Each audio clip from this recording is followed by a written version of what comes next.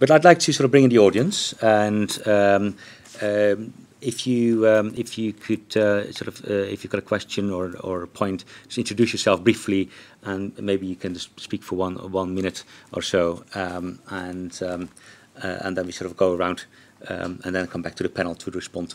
Gentleman over there. Yes, David Woolcombe, Peace Child.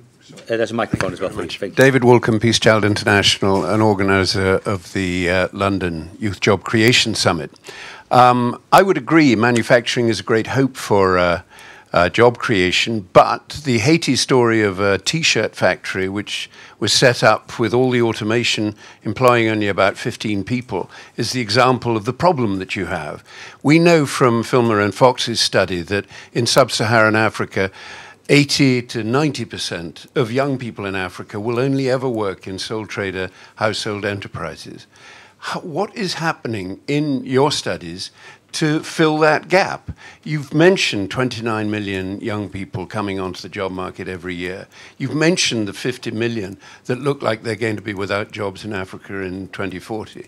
DFID had a great, very promising program called Startup, developed by their innovations department, which was dropped, addressing that problem. I don't hear anything from any of you about what you're doing in the school systems to educate young people for the entrepreneurial challenges that they face at the bottom of the pyramid.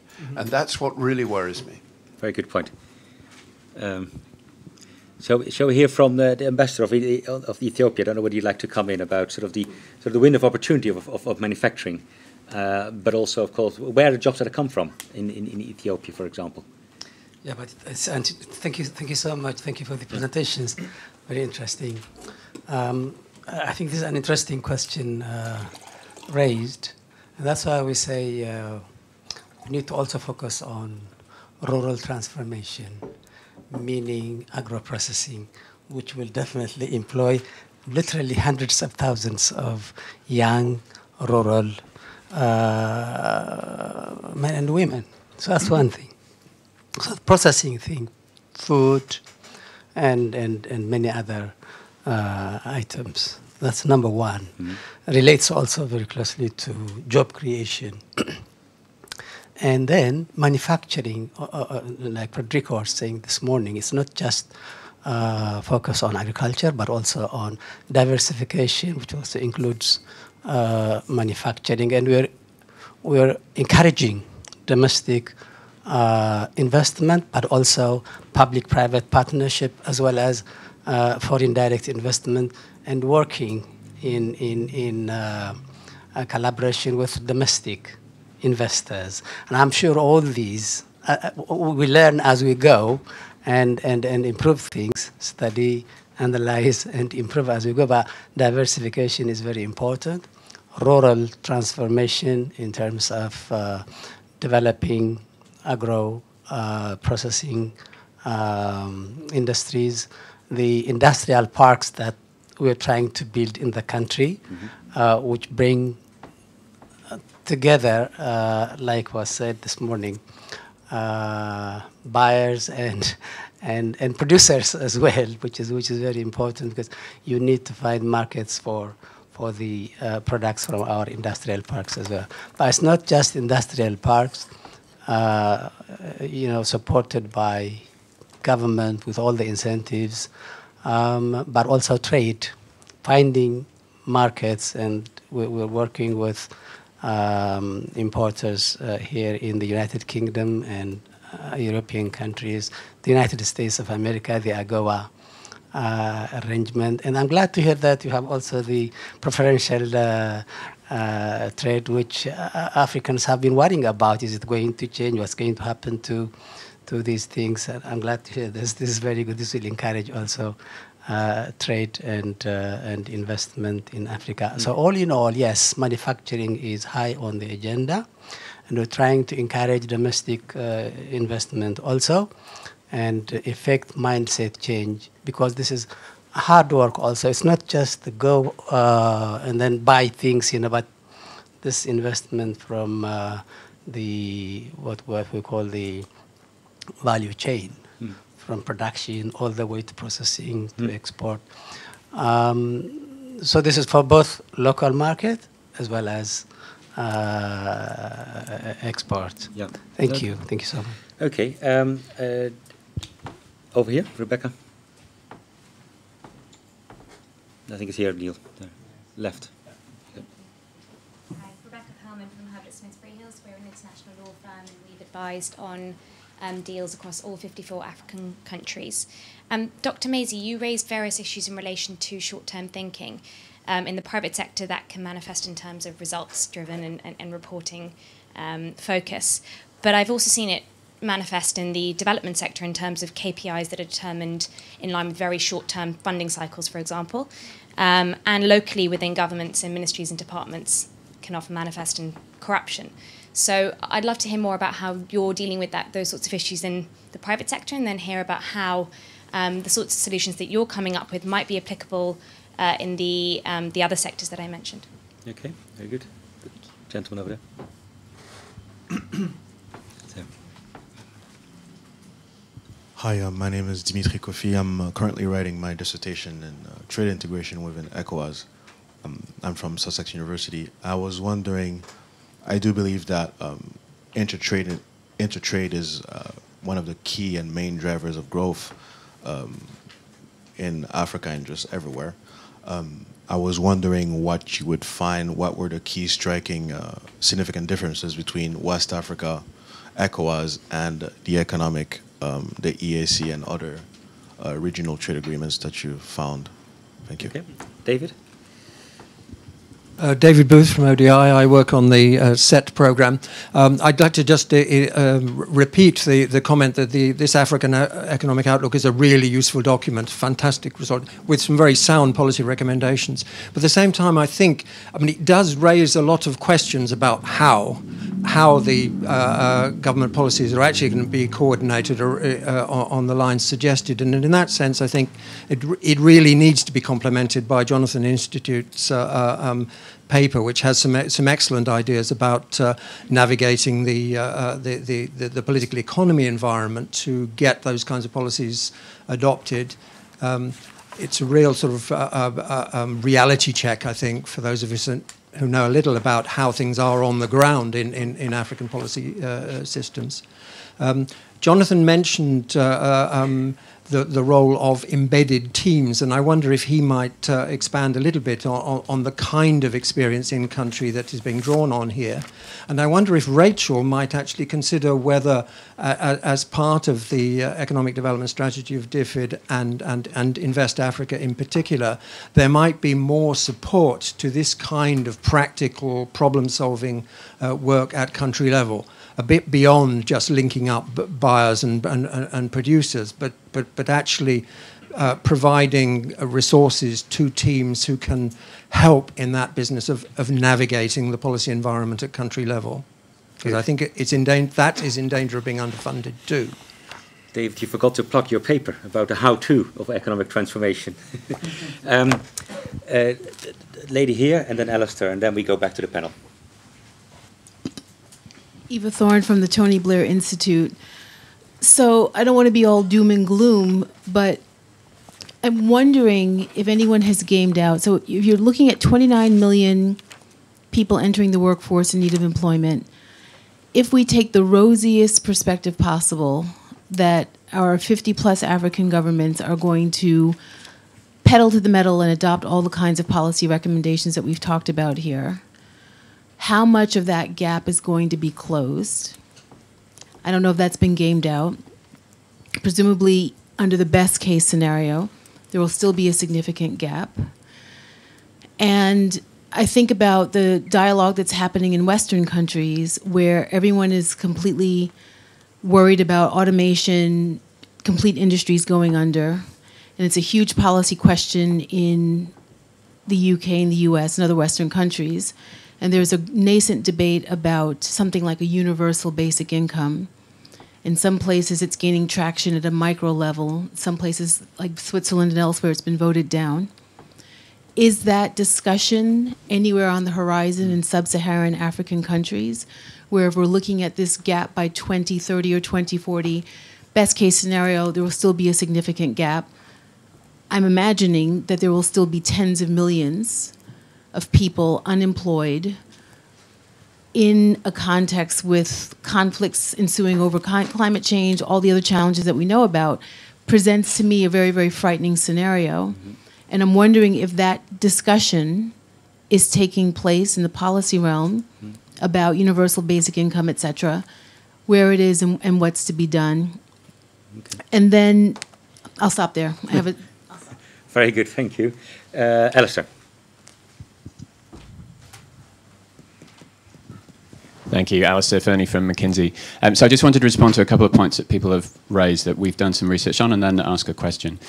So we brought out a report in January called The Future of Work, which touches on these issues of automation and what will happen to existing jobs. It's not focused on Africa.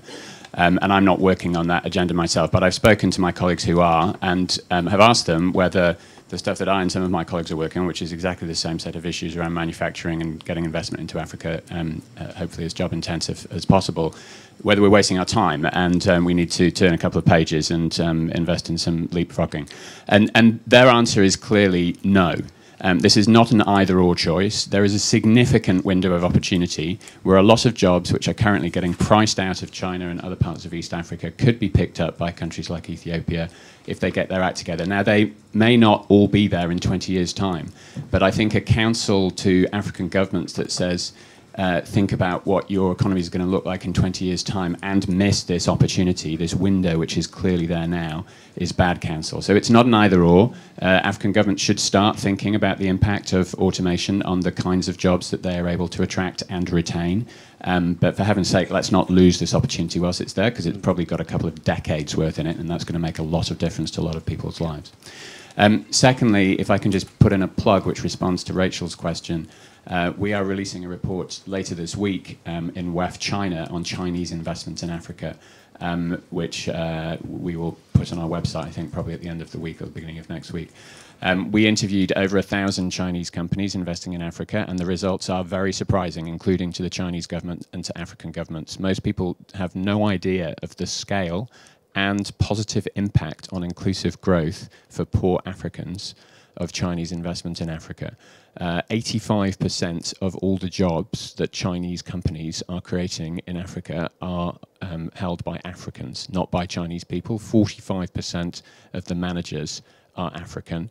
Most of the companies are Chinese private sector companies. They are not SOEs. This is not being masterminded by the Chinese government. These are Chinese entrepreneurs who are spotting opportunities in Africa, making significant profits, and are there to stay.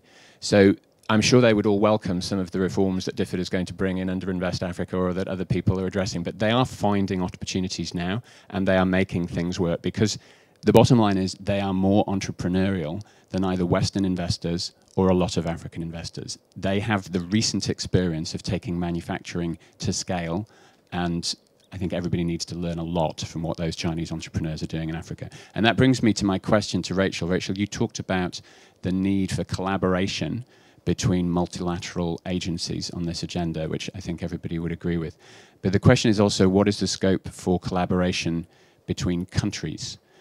So we can see that there are some UK political imperatives to try to increase UK trade with African countries. There is a risk, and it might be a good problem to have, of a 21st century scramble for Africa, where people are looking to take advantage of the opportunities of countries like Ethiopia, which are creating environments favorable to foreign investors.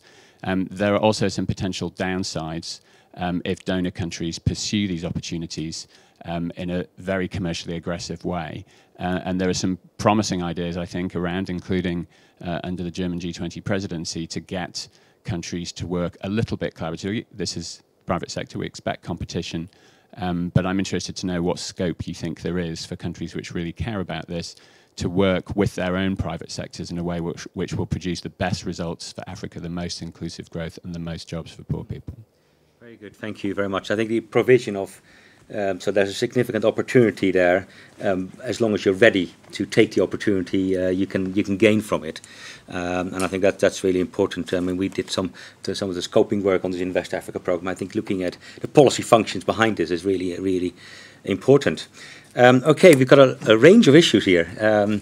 maybe too many, but I think there are issues around where the job's going to come from, and within that, do we have this opportunity for manufacturing? Are we too late? Is there still this opportunity out there?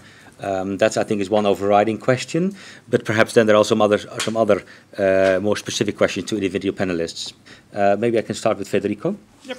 Thank you. For a few minutes. Yeah, thank you. Thank you very much to all for the question. And I will try to answer, not specific ones, but maybe cluster them a bit, couple of points.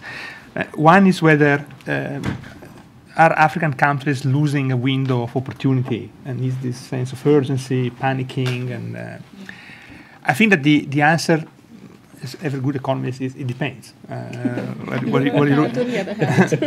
Where you look at, not on Monday morning, but it depends. No, it depends on the country. I think that you have countries that have realized the reasons why investment is not flowing into their economies, and they're taking proactive steps to address those reasons.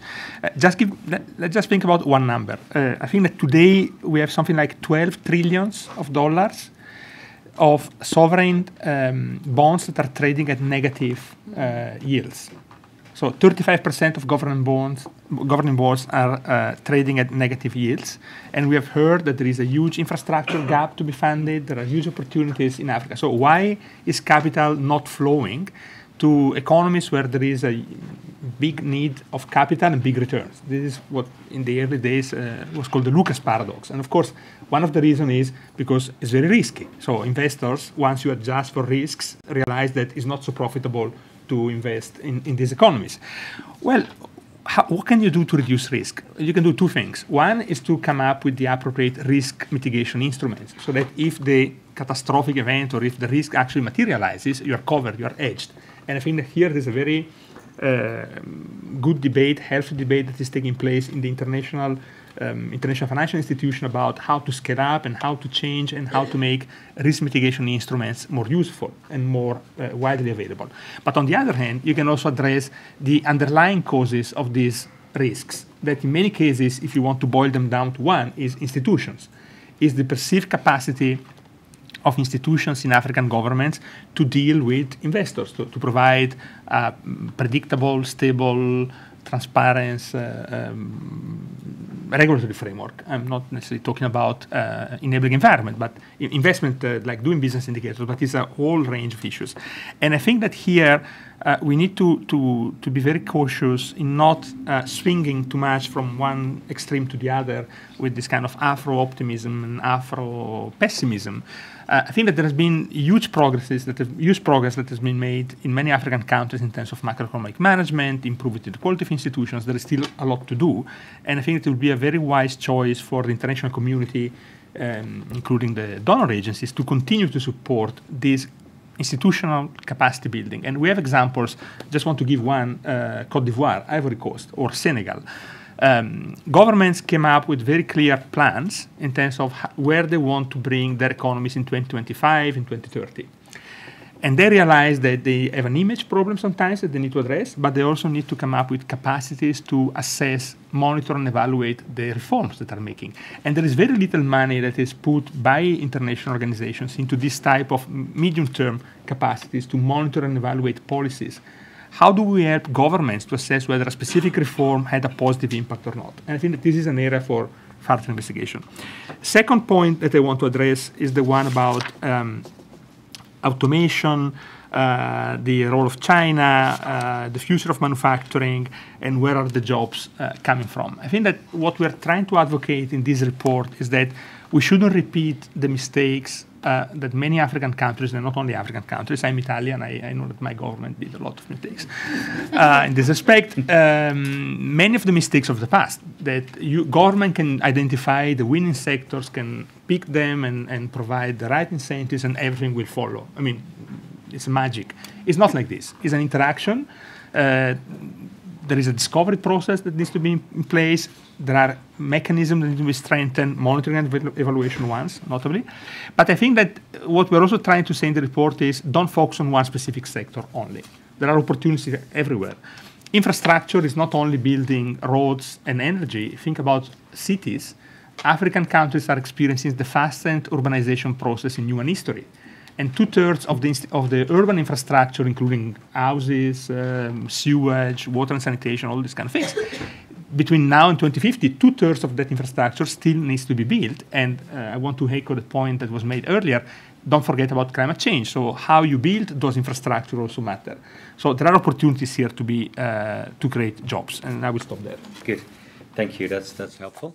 Jonathan, maybe you want to come in some of the questions. It was actually also an online question, and I won't be able to have the time to address them all. But it's one about, are there any innovative ways that you've come across in sort of business and management studies dealing with business and government in African countries? But maybe you want to address some of the other points in very briefly, and then I'll go to Rachel and Desna. Yeah, no, I think, and so building on David's question as well about embedded teams, I think we've seen from our own experience there's tremendous value in, sitting we say shoulder to shoulder with government, both technicians and politicians that have a drive that or join the government, and in some cases came back from the US or Britain to go and work in government.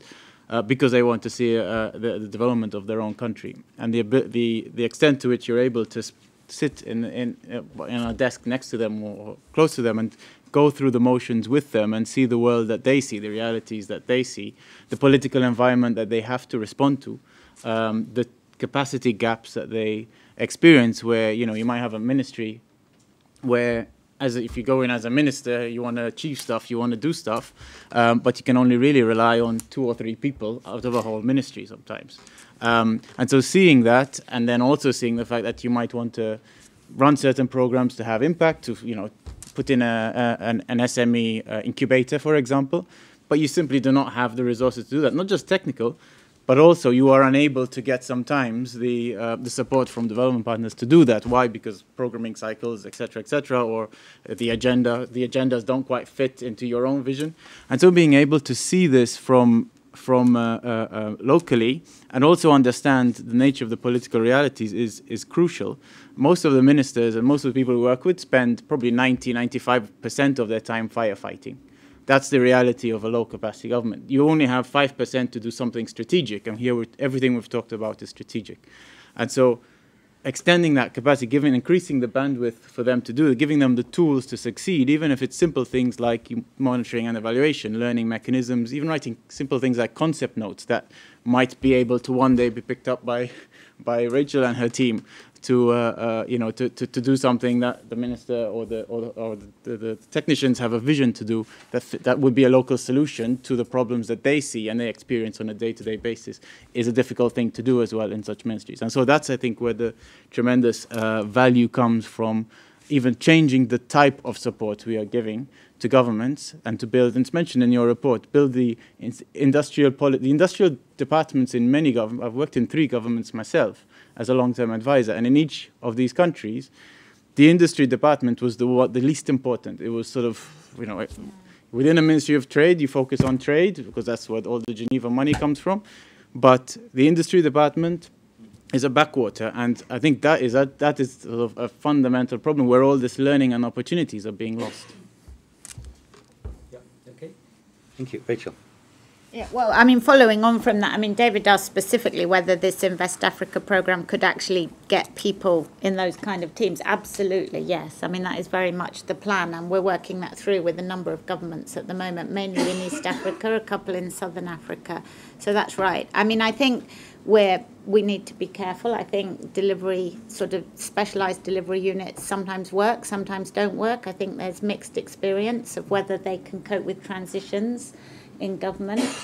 So we just need to be careful and savvy in what we do there. I think your first point was really the most important one, though, that there has to be some collective strategy and intent that those people are seeking to help deliver. Yeah, so, but absolutely, in response to David, yes, we can and we will. I think Alistair's questions about how we can work more collaboratively with the other investors, and particularly the G20 investors. Absolutely. I was at the Berlin conference, the conference that put out there the idea of African countries having compacts with particularly with the G20. The next step will really be very much at the country level. And again, the opportunity is to support countries, pull in and engage with the key G20 investors, so including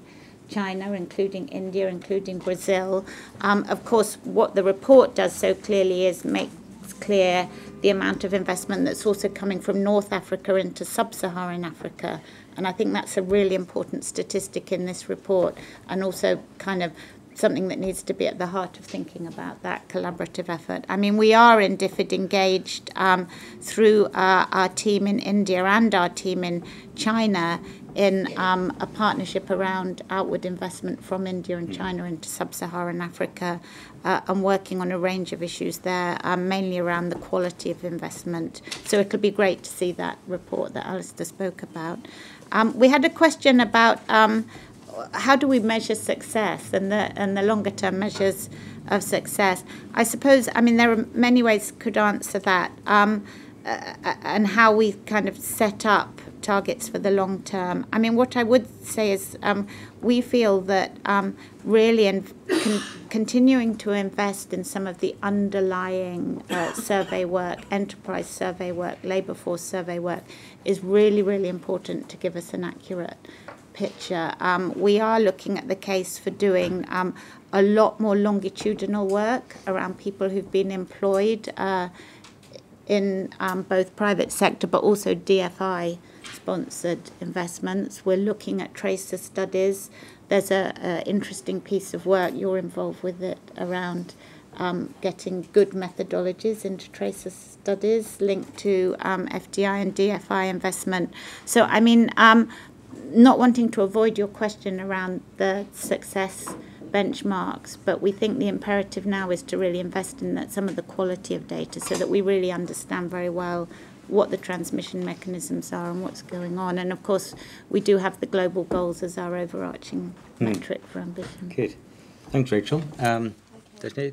Very briefly, pressed for time. Just picking up from where Rachel left off, I think whether it's in the private sector or whether it's, in the donor agencies or DFIs, I think reporting, like what are the time frames for reporting? Do we measure success in a few months or do we measure it in a year? And then, as you said, what kind of data do we want to measure? Which will also change in terms of if we change the time frames. And then just with regard to corruption, I mean, if you're a private sector investor, you're going to have to do due diligence and risk management. It just quite simply comes down to that, and things that you would not touch with a disinfected barge pole. So then, yes, universal basic income has come up with the central bankers I spent time with on Friday in relation to automation, and that's about expanding the social safety net, a broader welfare conversation, which will take too long to have now, but it is definitely part of the debate. And then Alistair, I don't think I'm saying we should throw the baby out with the bathwater. Certainly, if there are midterm opportunities in, manufacturing and so on, definitely, that should happen. But when offloading jobs from Asia, for example, I think one thing, Stephen Gulp is here. I mean, you'll know that Eddie Webster does a lot of work in decent jobs. It's also what kind of jobs, and this kind of race to the bottom. Do we want low-wage manufacturing jobs? Is that really what we want? And then so that's just one point. And then I'm absolutely evangelical about fintech in Africa.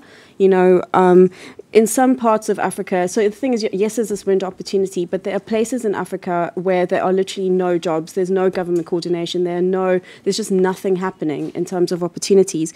And that's, however, there are mobile devices, and fintech, not only does it allow for payments and financial architecture to exist where governments have frankly failed people and there is no financial inclusion, it allows for payment to happen, and I think is definitely going to be one of the most fundamental technology areas where Africa can actually become a leader as well. Okay. Well, thank you very much. I think that brings us to the end. So a big thanks for sort of Federico for launching the African Economic Outlook here in the UK, thinking about what to focus on, the opportunity-driven entrepreneurs, We've also discussed about manufacturing, that there is a window of opportunity, but there are issues we need to discuss further around automation. But African countries need to be ready to take take the opportunity. We've had a discussed range of challenges, but also solutions and about the how-to. So an issue about coordination has been mentioned quite a lot. That has been really important, and we heard from the Ambassador of Ethiopia on industrial parks, how that is trying to provide a coordinated approach to attracting investors. We've heard around embedded teams, how important that is. We've also heard about sort of donor initiatives that try to foster coordination, for example, the Invest Africa initiative. So we can be really happy on this Monday morning that we know about the what, the how, and we've got a list of things to get on with. So thank you very much to the presenters, but also the audience. And I'm sorry I wasn't able to hear from all of you, but maybe on the next meeting on manufacturing. I don't know when it's going to be, but at some point.